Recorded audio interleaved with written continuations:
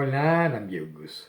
Hoje iremos refletir sobre as leituras do dia, retiradas da Bíblia, do livro de Êxodo, capítulo 19, versículos de 2 a 6.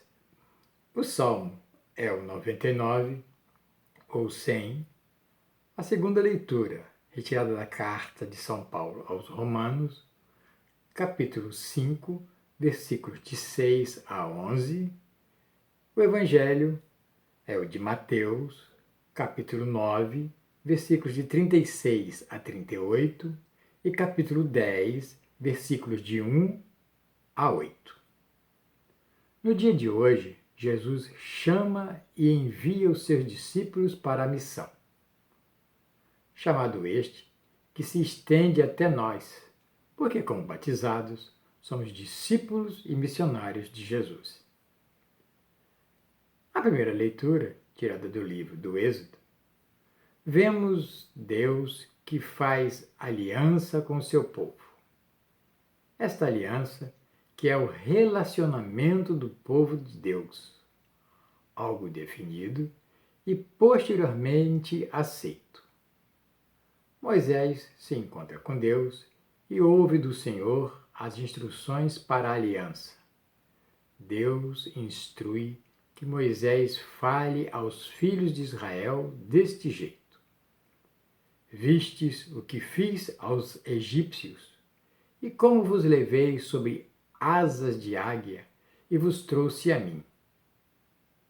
Deus pede que lembre ao povo do seu amparo ao dizer: vos levei sobre asas de águia, isto é, o caráter de sua intervenção amorosa. Em seguida, Deus dá as condições da aliança.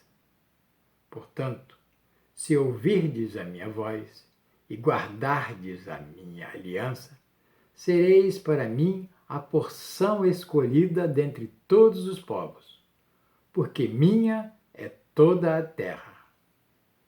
E vós sereis para mim um reino de sacerdotes e uma nação santa.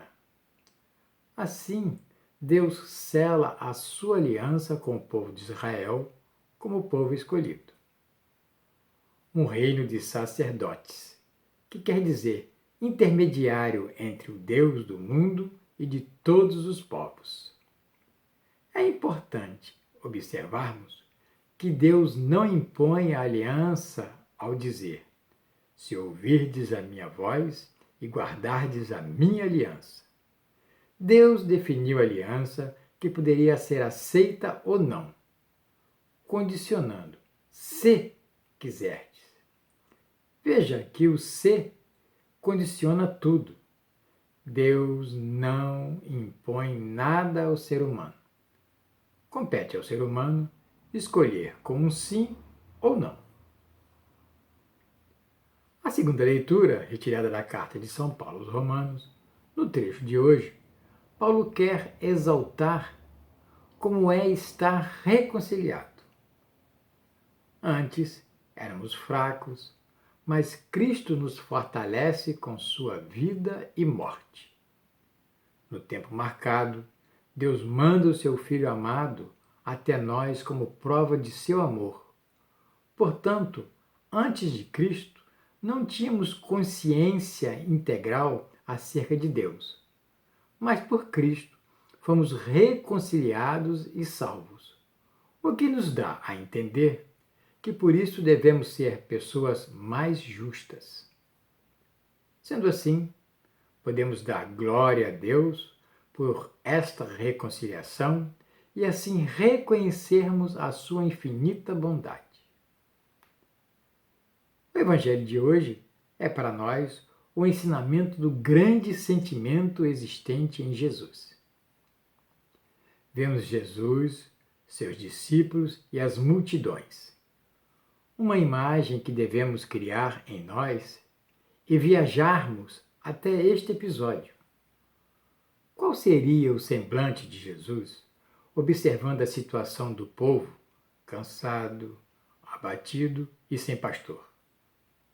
Diríamos hoje assim: um povo sem eira nem beira. Com certeza, Jesus estava impressionado com a situação daquele povo e praticamente com grande dificuldade de atender a todos. Tanto que diz: a messe é grande, mas os trabalhadores são poucos. Pedi, pois, ao dono da messe que envie trabalhadores para a sua colheita.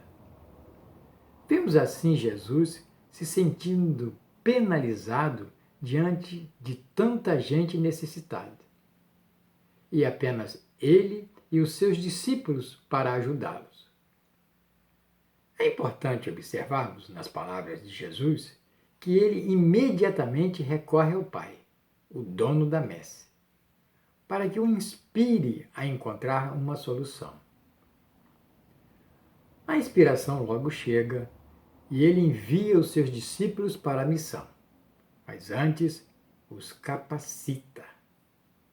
Envia-os com poder e com as recomendações de ir primeiro ao encontro das ovelhas perdidas de Israel, aos mais necessitados. Pelo caminho, anunciar que o reino dos céus está próximo e curar.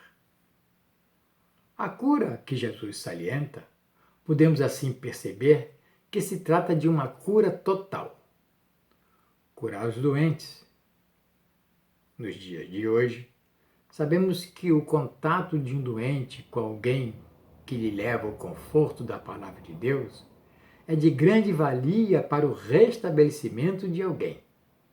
A fé já é reconhecida pela medicina. Ressuscitar os mortos.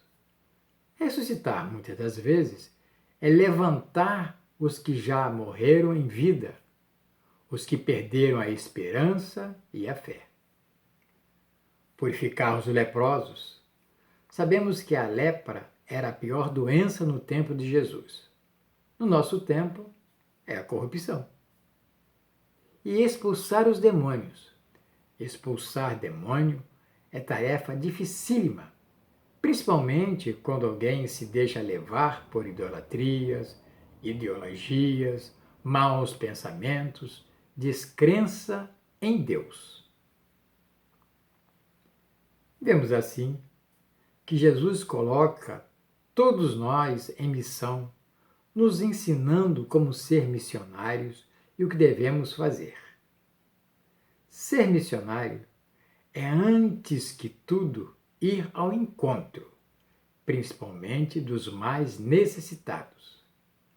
Anunciar com sinceridade a palavra de Deus, curar os doentes, ressuscitar os mortos, purificar os leprosos, expulsar os demônios.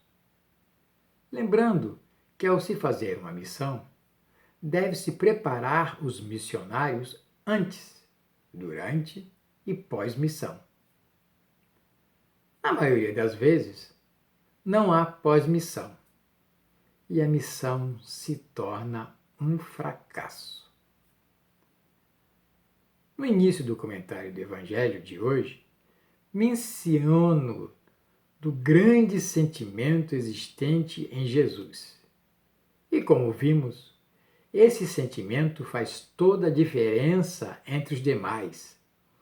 Ele está intimamente ligado ao sentimento maior, que é o amor. E por muitas vezes ouvimos dizer: Jesus teve compaixão. Este é o sentimento preponderante em Jesus. Porque ter compaixão é realmente se colocar no lugar do outro, querer e resolver o problema do outro, é se entregar integralmente ao próximo, é dar a mão, levantar e transformar a vida do outro. Isto é, fazer a caridade total. Repito, a caridade total só existe quando se transforma a vida de alguém. Por isto é que dizemos: Jesus é transformador. E se somos batizados, Por isto, discípulos de Jesus, devemos também ser missionários, transformadores da vida de muitos. Até a próxima, se Deus assim permitir.